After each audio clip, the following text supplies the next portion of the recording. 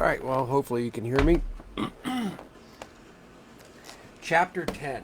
The good news is, with allergies being rough this week, I'm not sure, like half the week I wasn't sure if I was just suffering from allergies or if I was actually had a cold or something, or since I had mice a couple weeks ago, I was convinced I had the hantavirus. So you probably won't get a lot of commentary today just because I'm just not feeling it. So, chapter 10, Divine Splendor. Krishna is speaking, and he's continuing to speak from chapter 9. Listen further, Arjuna, to my supreme teaching, which gives you such joy. Desiring your welfare, O strong armed warrior, I will tell you more. Neither gods nor sages know my origin, for I am the source from which the gods and the sages come. Whoever knows me as the Lord of all creation, without beginning, whoever knows me as the Lord of all creation, without birth or beginning, knows the truth and frees himself from all evil. Discrimination, wisdom, understanding, forgiveness, truth, self control, and peace of mind, pleasure and pain, birth and death, fear and courage, honor and dishonor, nonviolence, charity, equanimity, contentment, and perseverance in spiritual disciplines. All the different qualities found in living creatures have their source in me. Seven great sages, the seven great sages and the four ancient ancestors were born from my mind and received my power. From them came all the creatures of this world. Whoever understands my power and the mystery of my manifestations comes without doubt to be united with me. I am the source from which all creatures evolve. The wise remember this and worship me with loving devotion. Their thoughts are all absorbed in me, and all their vitality flows to me. Teaching one another, talking about me always, they are happy and fulfilled. Those to those To those steadfast in love and devotion, I give spiritual wisdom, so that they may come to me. Out of compassion, I destroy the darkness of their ignorance. From within them, I light the lamp of wisdom and dispel all darkness from their lives. Arjuna speaks. You are Brahman supreme. Remember, Brahman is existence itself. And Brahma Supreme, so this is like, you must be calling him in the Sanskrit, Parabrahman, which is the sort of, Brahman Supreme. Absolutely Brahman. You are absolutely Brahman. You are Brahman Supreme, the highest abode, the supreme purifier, the self-luminous, eternal spirit, the first among the gods, unborn and infinite. The great sages and seers Narada, Asita, Devala, and Vyasa too have acclaimed you thus. Now you have declared it to me yourself. Now, O Krishna, I believe that everything you have told me is divine truth. O Lord, neither gods nor demons know your real nature. Indeed, you alone know yourself, O Supreme Spirit. You are the source of being and the master of every creature, God of gods and Lord of lords of the universe. And I'm going to read that again because I was distracted, so I'm not sure if I read it in a way that made sense. So I will just read that last sentence again.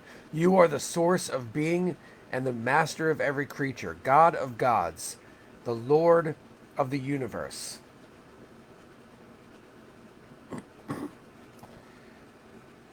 Tell me all your divine attributes. Leave nothing unsaid.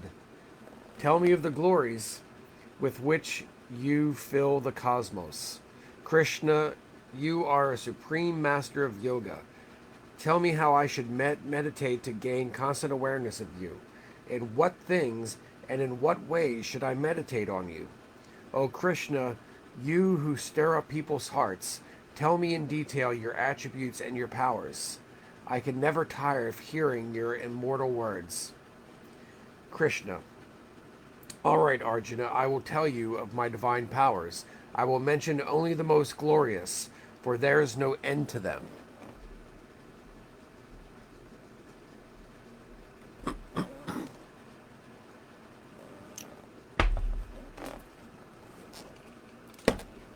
I am the true. All right, this says self, so it's probably the word is Atman, but I'm going to translate the capital S self as soul just to help us sort of understand what he's saying, even though it's not entirely accurate. So Krishna says, I am the true soul in the heart of every creature, Arjuna, and the beginning, middle, and end of their existence. Among the shining gods, I am Vishnu. Of luminaries, I am the sun. Among the storm gods, I am Marichi. In the night sky, I am the moon. Among scriptures, I am the Samaveda. Among the lesser gods, I am Indra. Among the senses, I am the mind. In the living beast, I am consciousness.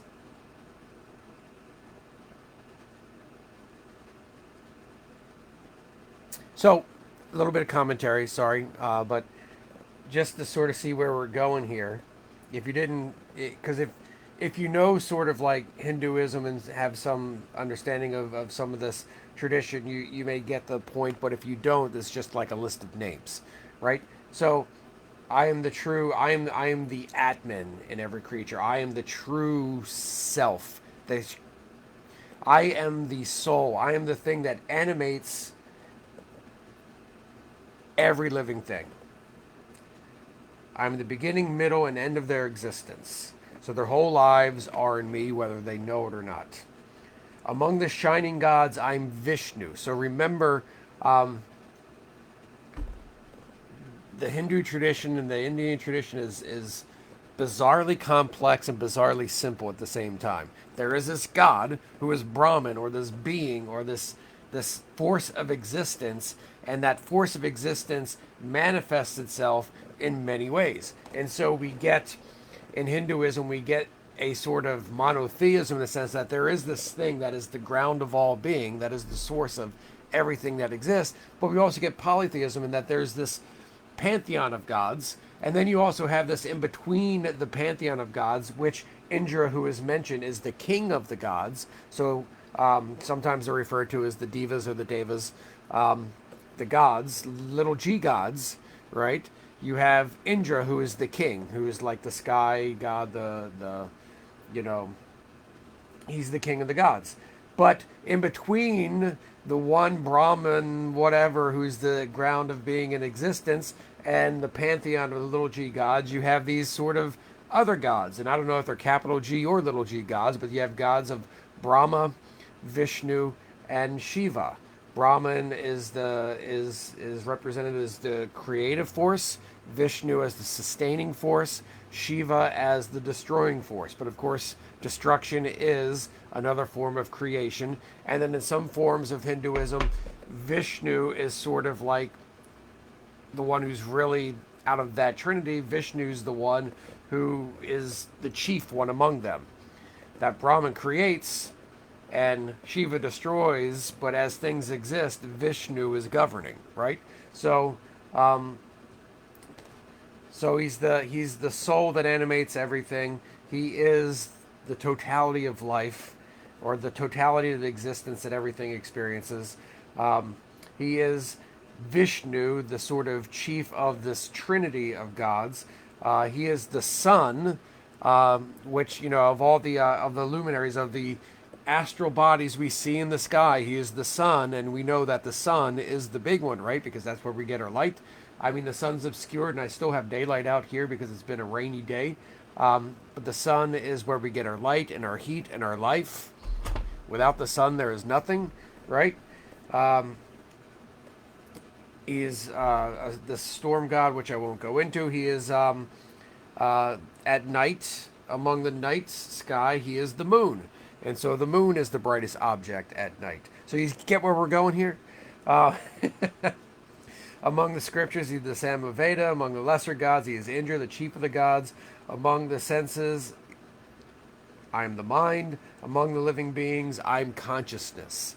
So, whether or not you think an animal has a mind, like, because, very often they're described as mindless brutes, just guided by instinct, whereas human beings have minds. It's getting dark in here. I'm going to turn on the lights.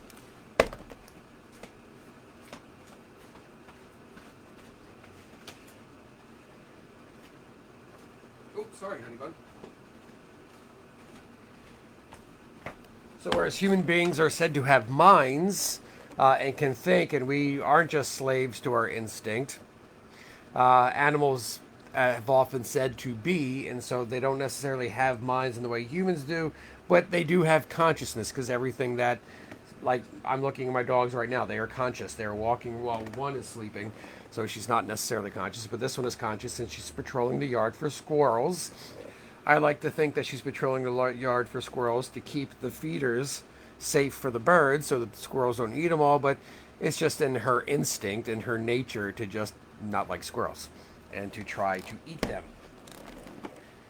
So among the living beings, Krishna is consciousness. And it continues. This goes on for a while, so just bear with me. Among the Rudras, I am Shankara. And I don't know all these references, too. I have to look them up every once in a while. So, but it's all the same idea.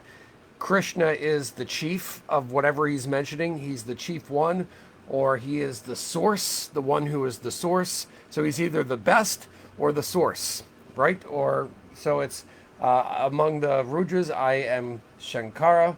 Among the spirits, I am the natural world of. Among the spirits of the natural world, I am Kubera, god of wealth, and Pavaka, the purifying fire. Among the mountains, I am Meru. I think those of us today would say among the mountains, I am Mount Everest because it's the biggest, right? Among priests, I am Biaspati. I have no idea what that means. Among the military leaders, I am Shanda. Among the bodies of water, I am the ocean. Among the great seers, I am Brigu. Among the words, I am the syllable Om. And remember, Om, which is sometimes spelled A-U-M, because it contains the three parts of existence.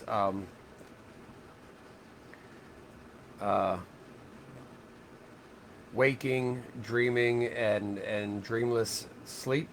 Om, but it's the first sound. It's the vibration of the universe. It's the sound of existence itself.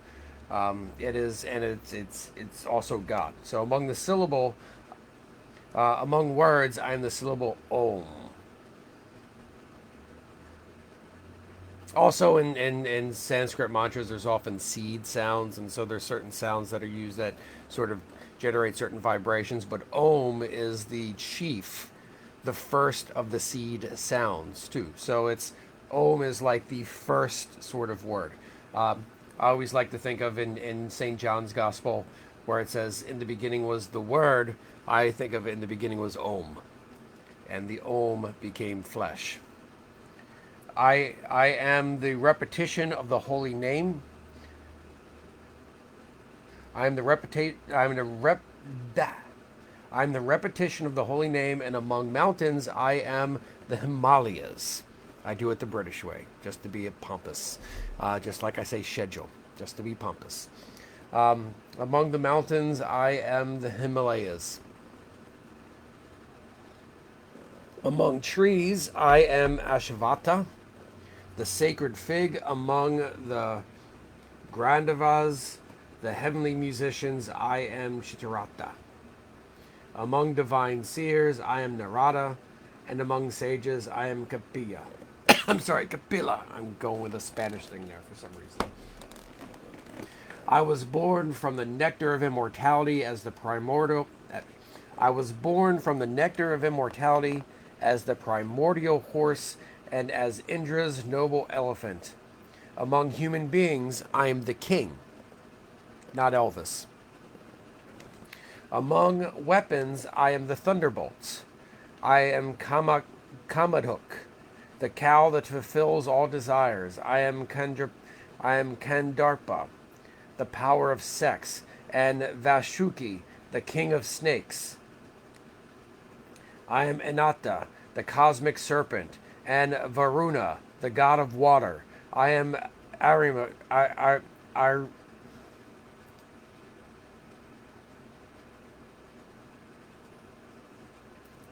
I'd said this before in a previous video. I have this sort of condition. It's a physical condition, but it's neurological. So when I get stuck on something, the more I try to do it, it sort of gets harder to do. So I have to like stop myself from trying to pronounce it in order to pronounce it. Because the more I try to pronounce a word I know how to pronounce, it seems to get further and further away. So let me try this again. I am Ariaman, among the noble ancestors, among the forces which restrain among the forces which restrain, I am Yama, the god of death. Among animals, I am the lion, the king of beasts. Among birds, the eagle, Garuda. Garuda is Vishnu's eagle. So it isn't just like this eagle, it's like a particular kind of eagle. It's like this divine eagle that I don't know, I can't remember if Vishnu rides it, but I know Garuda beats this giant serpent. It's crazy. I am Prahlada, born among the demons, and of all that measures I am time. And of all that measures I am time.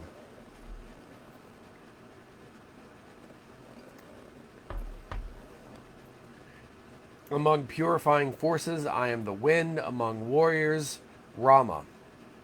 Rama was also an avatar of Vishnu, or Narayana, as Krishna is said to be. And that's a different epic called the Ramayana, which we had to read in college. Of water creatures, I am the crocodile. Of the rivers, I am the Ganges. I am the beginning, middle, and end of creation. Of all the sciences, I am the science of self-knowledge, and I am logic in those who debate.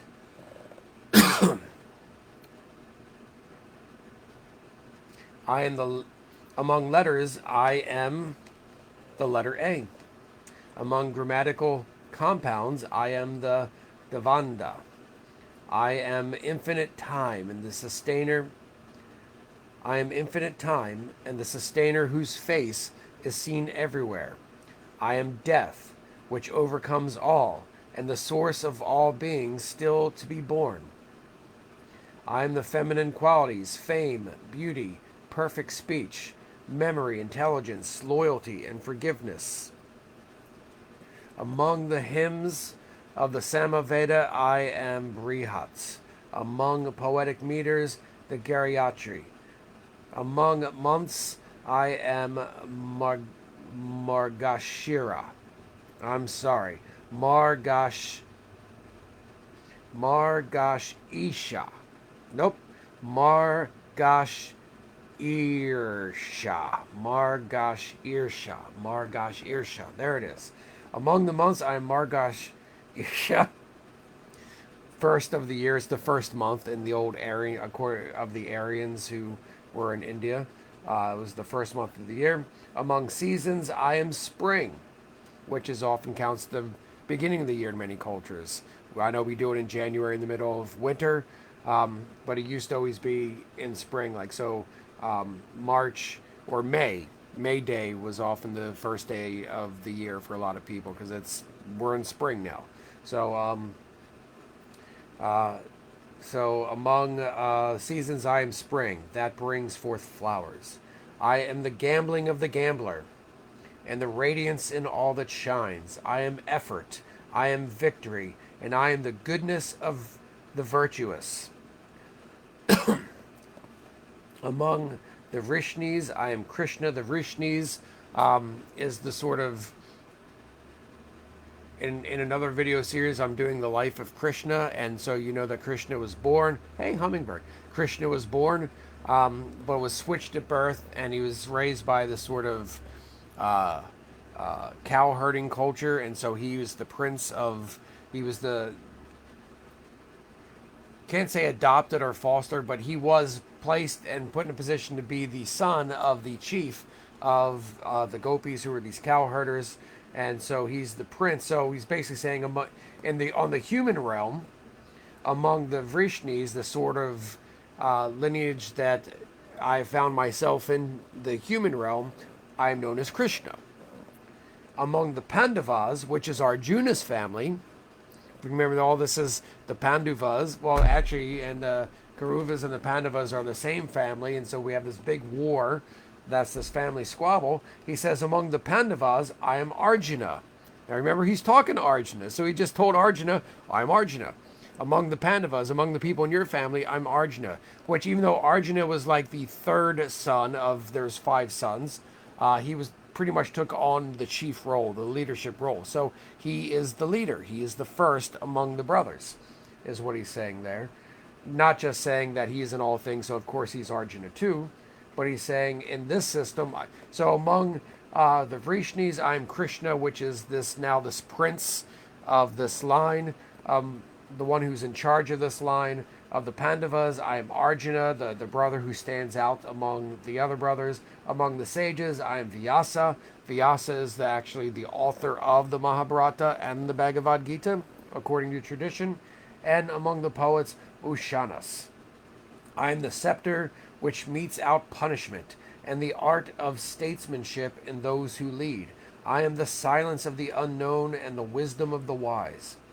I am the seed that can be found in every creature, Arjuna. For without me nothing can exist, neither animate nor inanimate. I am the seed that can be found in every creature, Arjuna, for without me nothing can exist, neither animate nor inanimate. So he's not just in every living thing, or what we would call living thing, he's in the non-living things as well. But there is no end to my divine attributes, Arjuna. Oh, he's also beyond all that. So he's not just every living thing and every sort of inanimate, non-living. He's not just in the coffee cup as well. But he's in not just in everything that exists, in everything that doesn't exist. Wrap your mind around that one. But there's no end to my divine attributes, Arjuna. These I have mentioned only blah. But there is no end to my divine attributes, Arjuna. These I've mentioned are only a few. Wherever you find strength or beauty or spiritual power, you may be sure that these have sprung from a spark of my essence. But of what use is it to you to know all this, Arjuna? Just remember that I am, and that I support the entire cosmos with only a fraction of my being. So I told you all this, Arjuna. You know it all, but what good is that? How's that going to help you?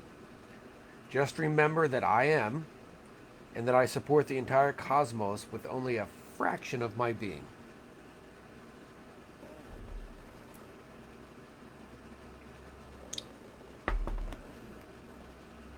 And as an extra special treat here, I found out, well, I knew this, but I got it this week, is Gandhi has a commentary on the Bhagavad Gita. And unfortunately, there's many, many different versions of it, so I had to buy like 3 this week. And they're all different. So just a couple words from Gandhi here. Yes, that Gandhi. So at the very beginning, Gandhi says, "To those who know me," I guess he's quoting Krishna. "To those who know me as the unborn, the beginningless, and the supreme Lord of all creatures, do not sink into the darkness of ignorance," Arjuna is told, which is verse 3 of chapter 10.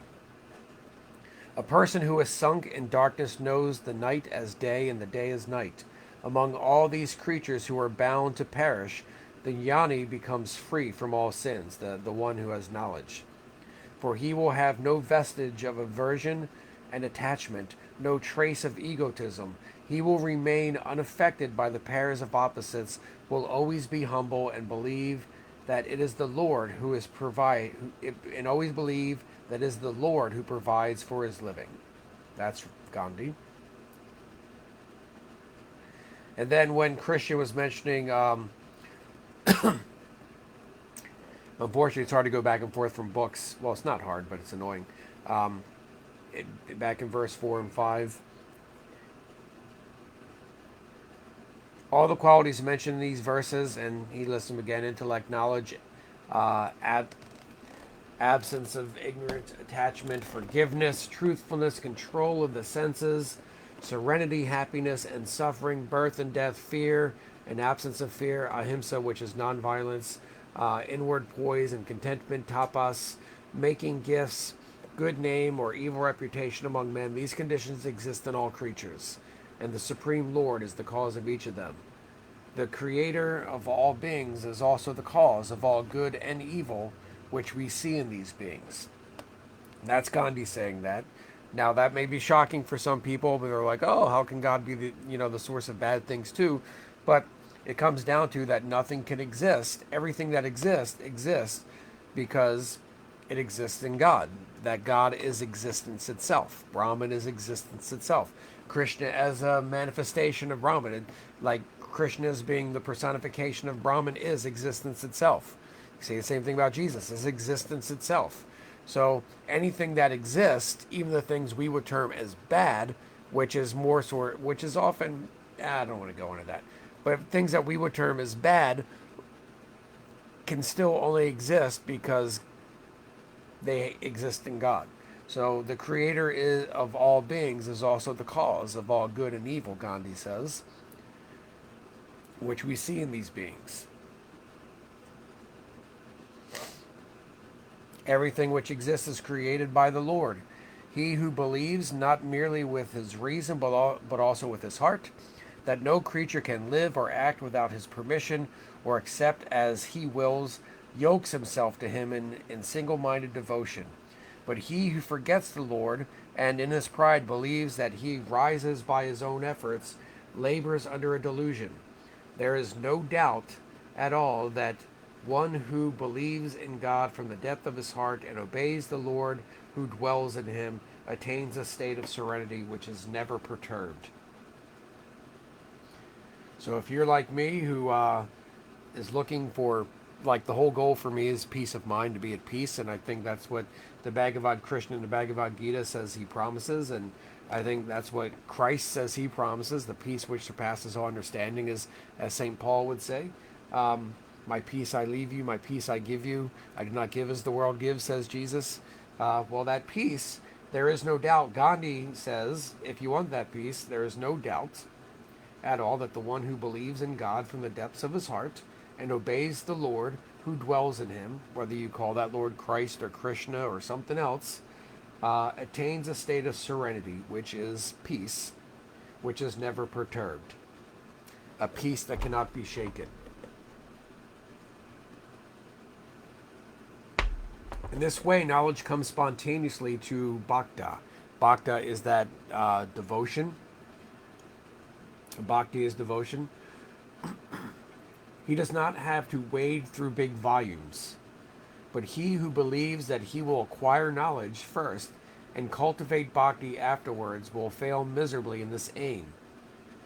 No one can acquire knowledge in this way. Such knowledge breeds, if anything, pride. And as someone who went to seminary where you think you're going to learn how to be a minister, and you end up just spending a lot of time in an academic setting studying a lot of academic things, as if somehow knowing theology and reading theologians is going to help you in your relationship with God and know who God is and know how to sort of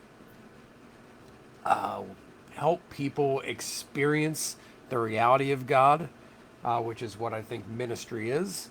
Well, yeah, it doesn't seem to work that way. And what we usually get is a lot of very prideful, arrogant people coming out of seminaries who think they know it all because they read it all. But Gandhi is reminding us that, he's reminding us what my grandmother would remind us, which is, my grandma would say things like, your head's so full of book learning, you ain't got no room for common sense. No one can acquire knowledge in this way. Such knowledge breeds, if anything, pride. But he who lovingly cultivates devotion for the Lord and constantly thinks of him gets knowledge without making any special efforts towards that end. So you can look for information and study. Not saying that studying and reading theology is bad, but it is not the totality or the whole of what this is. So for those who just take the academic approach, you may miss the point. And Gandhi says, and I kind of agree with all this, that if you just focus on your devotion, the knowledge you need will appear. Because I read a lot of good stuff and a lot of good books from a lot of good theologians, but 90% of the stuff I read in those things have not been knowledge I needed, and it's not been knowledge that's been helpful. It's been knowledge that's been interesting, and it was fun to sort of talk about it and debate it. And every once in a while, it's something that sort of helps, adds a piece to the puzzle, but most of the time, it's just sort of information. That and information, because one of the things we did in the seminary is we often confuse talking about God with having a relationship with God. And I think that a lot of people, a lot of spiritual people, quote unquote spiritual people, confuse reading books and academics with spirituality. And as a recovering intellectual, I get that, but now find it fairly frustrating. One who doesn't, yeah, I'm not going to read that one. That was, see if there's any other good thing here that Gandhi says. Oh, because there's this one curious verse where Krishna says, "I am the gambling of the gambler," which is like, what is that? So Gandhi says, I am the gaming is how he translates. I'm the gaming of those who indulge in gambling, but I am the gambling of the gambler. This is merely intended to point out that God exists not only in what is good in the world, but also in what is evil. And we already referred that earlier in this commentary. Sri Krishna could also have said that he was the sin of the wicked. Now I know that just shocked somebody. He could certainly have said that he was Ravana, who was this demon in the Ramayana who captures Rama's wife, Sita, that he was Ravana among the demons, for he let Ravana have his way and enjoy himself only as long as he chose. He being Krishna or Vishnu. I am the splendor of the splendid. I am victory, resolution, and the goodness of the good. The author's intention is only to assert that God is omnipotent. God's creation contains both good and evil. By saying this, Sri Krishna gives us some freedom to choose between the two. To us who are confined in the prison of this body, he grants that freedom. He gives us the freedom to shake off our bonds. If a prisoner condemned to imprisonment for life is permitted a seemingly unimportant condition of fulfilling which he... I'm sorry, I lost that sentence. If a prisoner condemned to imprisonment for life is permitted to a seemingly unimportant condition by fulfilling which he can be free, it will be a great thing for him, for he can secure his freedom through it. So to re-say that sentence in a less, because that's like 5 lines, basically says if there's someone in prison and he's given some seemingly insignificant opportunity to be free, he's going to take it. Because by doing it, he's going to be free. And it will not seem insignificant to him. It will seem like a great matter to him. Because through this insignificant thing to others that is a great matter to him, he secures his freedom. We are in the same condition, for the Lord has assured us that we can be whatever we wish to be. If we have an idea of the infinite powers of the Lord, we shall become humble. We will not then follow the example of Narad, who once felt proud of the one power which he possessed. The Lord has said that even being proud is his privilege. The substance of all that he has said is that we should learn to be the humblest of the humble, knowing that there is no limit to the power of God. We should submit to violence if anyone attacks us without offering violence in return. Now it sounds like Gandhi. If we attempt to resist him with violence, God will humble our pride, for there has been no demon from Ravana downward whom the Lord has not destroyed.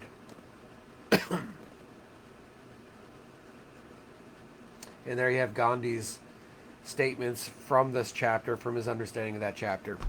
I don't know if that was helpful or not, but I just wanted to include it. Hey, thanks for stopping by and hearing a little Bhagavad Gita and listening to me struggle in reading today. I honor the divinity in you, and thanks a lot. Hari Om Tat Sat.